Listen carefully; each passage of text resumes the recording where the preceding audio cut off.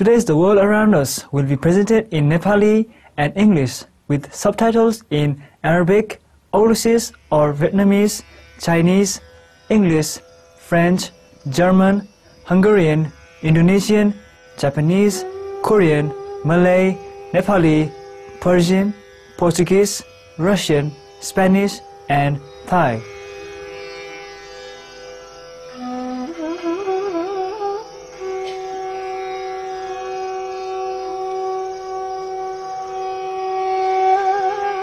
आदरणीय दर्शकहरू, आजको हाम्रो चौतर्फी संसार कार्यक्रमले हामीलाई नेपालतर्फ लैजानेछ, जहाँ हामी यहाँहरूलाई संसारकै सबैभन्दा प्रख्यात बौद्ध तीर्थ स्थलहरूमध्ये एक लुम्बिनीको परिचय गराउनेछौँ, जहाँ आत्मज्ञान प्राप्त महान गुरु शाक्यमुनि गौतम बुद्धले जन्म लिनुभएको थियो।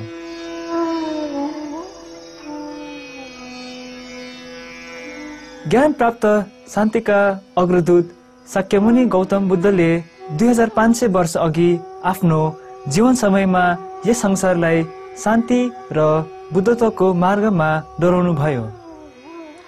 शिवालिक पर्वतको फेदीमा अवस्थित नेपालको रूपन्देही जिल्लाको लुम्बिनी भन्ने ठाउँमा रानी मायादेवीको कोखबाट सिद्धार्थ गौतमले जन्म लिनुभयो, जसले पछि गएर शाक्यमुनि गौतम बुद्धको रूपमा बौद्ध दर्शनलाई जन्म दिनुभयो। शाक्यमुनि गौतम बुद्धले 29 वर्षको उमेरसम्म यस ठाउँमा बस्नुभएको मानिन्छ। लुम्बिनीको पुनर्स्थापनाका लागि समर्पित एक गैर सरकारी संस्था लुम्बिनी विकास कोखको सूचना इन्चार्ज श्री हरि राईज्यूले हामीसँग लुम्बिनीको ऐतिहासिक महत्त्वका बारेमा विस्तारमा वर्णन गर्नुभयो।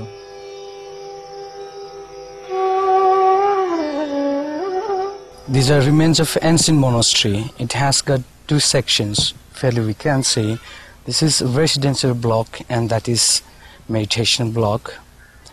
So after arrival of Emperor Ashoka to Lumbini, large chunk of devotees from different parts of the world came to Lumbini to pay homage to the Lord Buddha. To support the increasing number of devotees, these monasteries were built during time. The nuns and monks from 3rd century BC to 8th century AD drank water from this well. बौद्ध धर्म सम्बन्धी साहित्यमा उल्लेख भए अनुसार राजकुमार सिद्धार्थले जन्मने बित्तिकै 7 कदम हिँड्नु भएको थियो र यसै ठाउँबाट दुखित मानव जातिको लागि युगान्तकारी बाणीहरू उद्घोष गर्नुभएको थियो। सुन्दर सालका वृक्षहरूले भरिपूर्ण नेपालको लुम्बिनी वाटिकामा यो घटना घटेको थियो। हरिया वृक्षहरू र रङ्गी-बिरङ्गी मनमोहक फूलहरूको सुन्दरताका लागि उक्त वाटिका निकै नै प्रख्यात मानिन्थ्यो। In 7th century BC, Lumbini was a beautiful garden.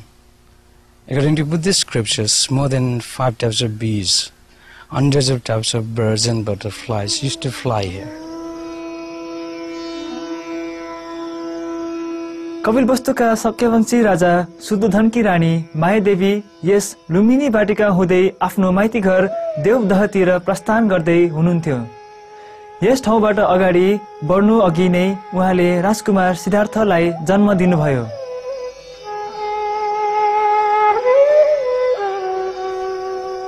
So to the west of Lumbini was ancient Kapilvastu, this site, and to the east was Kolia kingdom. Between these two kingdoms there was matrimonial relationship, and this tradition of matrimonial alliance was kept for many generations.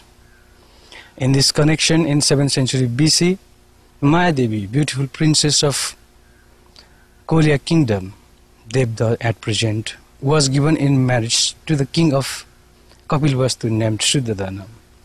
In due course of time she became pregnant, and according to Sakya's tradition that the first child was not allowed to give birth at home, so she asked for the permission to the king Shuddhadana. She said, "Oh Maharaja, I want to go to visit my parents to give birth to our first baby." Shuddhadana was overjoyed. He was very happy because they did not have any child for 10 years after marriage. and a special preparation was made. A procession of over 500 people started for Devda. We believe where this tree stands today, in this spot her palanquin was put.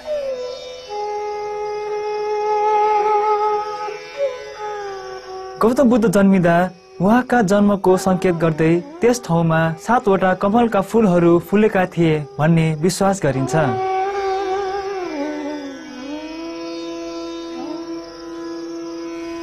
According to Buddhist scriptures, when the baby was given birth, there was a miracle. From the heaven, from the sky, flowers were offered to him. Devas came and worshipped him, prayed him, sang the song of glory of the newly born baby.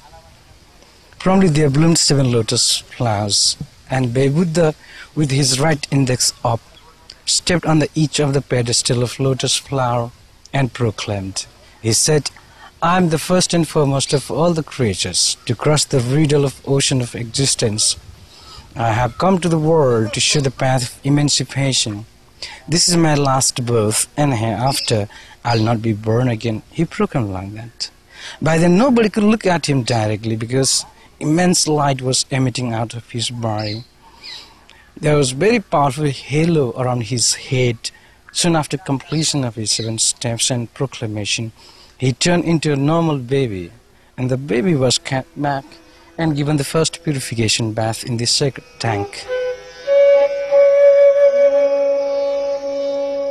महादेवीले बुद्धलाई जन्मनु पूर्व पवित्र पोखरी पुष्करिणीमा स्नान गर्नुभएको थियो भन्ने विश्वास गरिन्छ।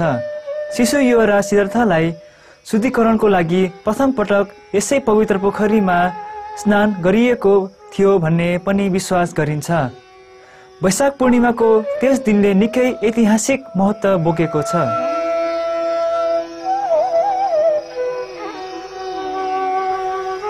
Vaisakha normally is the first month of Nepali calendar, and Purnima means full moon day. But it falls in sometimes April and sometimes May. 3 major events of Buddha's life: his birth, enlightenment, and his passing away, Mahaparinirvana, took place on the same date. It is not a coincidence, but it is a perfect sign of Bodhisattva, of Arhat Samyak Sambodhisattva. One who becomes Arhat Samyak Sambodhisattva in this very life has to show like these different symbols of them. This is one of the symbols. So the Buddha was born in 623 BC here in Lumbini. The date was Vaisakha Purnima. He got enlightenment at the age of 35 in Bodh Gaya on the same date, and at the age of 80 he passed away on Vaisakh Purnima again in Kushinagara.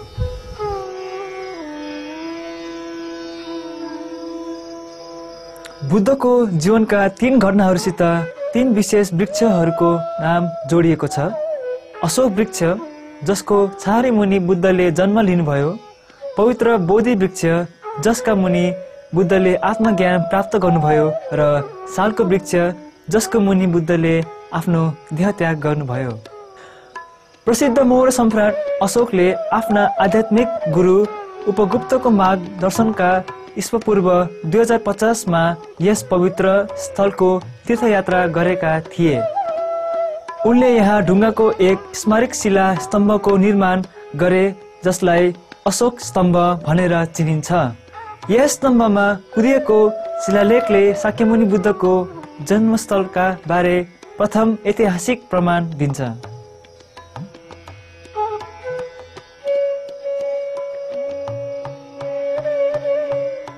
The pillar bears inscription and it has been engraved in Brahmi script and Pali language. There are 90 letters in 4.5 lines of all. Second line is very important.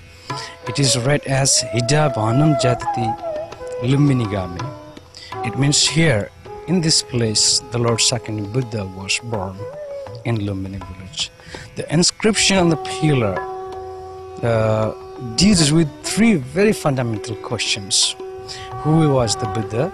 He was a human being, Sakyamuni, as well as divine being, Bhagavana.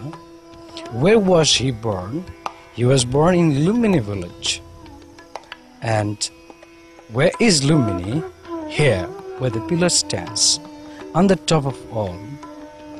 It proves that Lord Buddha was not merely a legendary figure.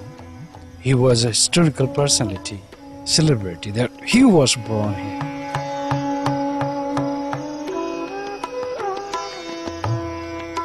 एक छोटो विश्रामपछि लुम्बिनीको ऐतिहासिक महत्त्वका बारेमा हामी थप चर्चा गर्नेछौँ।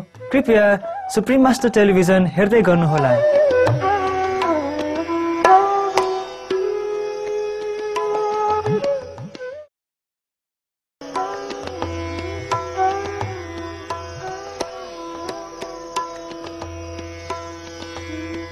Supreme master टेलिभिजनमा शाक्यमुनि बुद्धको जन्मस्थलका बारे तयार पारिएको हाम्रो चौथफी संसारको यस प्रस्तुतिमा यहाँहरूलाई पुनः स्वागत छ।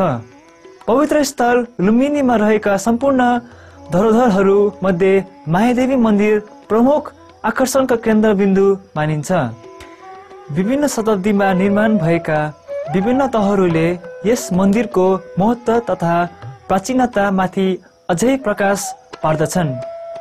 यस मन्दिरभित्र अवस्थित बुद्धको जन्म दृश्य सहितको प्राचीन मायादेवी मूर्तिले विशेष महत्त्व बोकेको छ। This is nativity sculpture, the main object of worship, which depicts we see Mayadevi holding branch of tree. Next to her stands Prajapati, her younger sister, to support. Two celestial divinities are seen at the service, and Baby Buddha is seen standing upright on the pedestal of lotus flower. It is made of red sedimentary sandstone, and it was carved in maybe 3rd century BC in Mathura Art College, India. And it was brought and put in this ancient Mayadevi temple in 7th century AD and worshipped for a long time. पुनर्निर्माणको कार्यपछि Mayadevi मन्दिरलाई सन् 2003 देखि सर्वसाधारणका लागि खुला गरिएको हो। मन्दिरभित्रको भुइँतलामा अवस्थित भग्नावशेषहरूलाई ईपू 3औं शताब्दीतिर निर्माण भएको हुन्।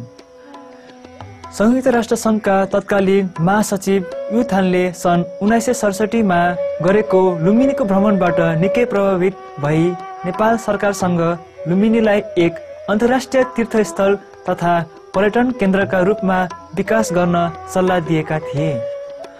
अन्ततः लुम्बिनीको योजनाबद्ध विकासको लागि जापानका विश्वविख्यात वास्तुविद प्राध्यापक केन्जो टाङ्गेले तयार गरेको गुरु योजना नेपाल सरकारका साथै संयुक्त राष्ट्र संघले सन् 1978 मा कार्यान्वयनको लागि अनुमोदन र पारित गर्यो। लुम्बिनी गुरु योजना कार्यान्वयनका लागि सन् 1985 मा लुम्बिनी विकास कोषको स्थापना भएको थियो। यो योजना अनुरूपको अहिले पनि यहाँ निर्माण कार्य भइरहेको छ। 3 वर्ग माइल क्षेत्र ओगटेको यस योजनाले लुम्बिनीलाई एक पवित्र स्थलमा परिणत गर्नेछ, जसमा पवित्र उद्यानहरू, तलावहरू, भवनहरू, वृक्षवाटिकाहरू लगायतका संरचनाहरूको निर्माण हुनेछन्।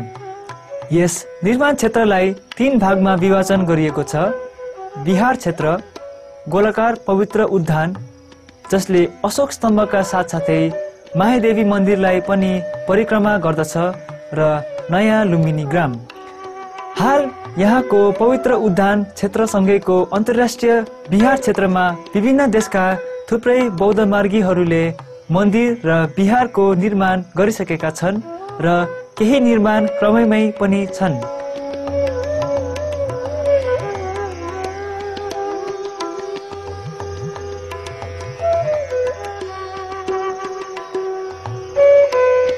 यी विभिन्न समुदायहरूबाट निर्मित विहारहरूले त्यस्ता हरेक राष्ट्रको वास्तुकला अनि संस्कृतिलाई झल्काउँछन् र साथसाथै लुम्बिनीको शान्त र सुमधुर वातावरणको एक अंश पनि बन्दछन्।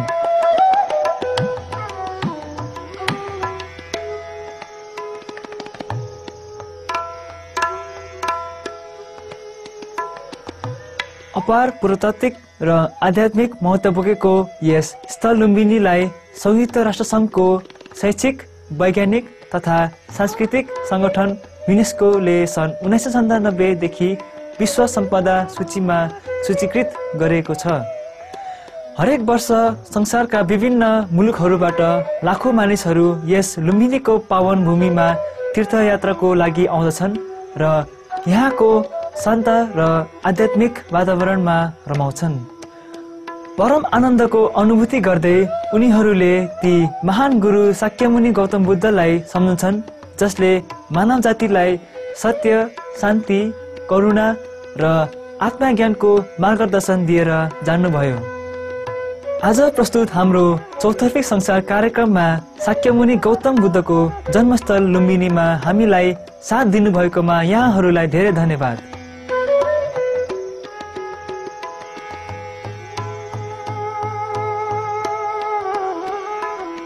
सुप्रिम मास्टर टेलिभिजनमा यसपछिको कार्यक्रम ज्ञानका वाणीहरू लगत्तै प्रस्तुत हुनेछ।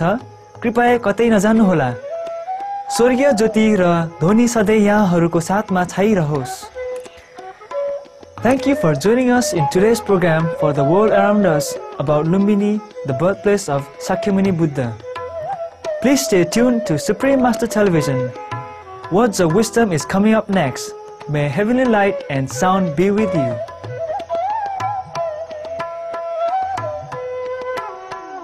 For more details, please visit www.suprememastertv.com/WAU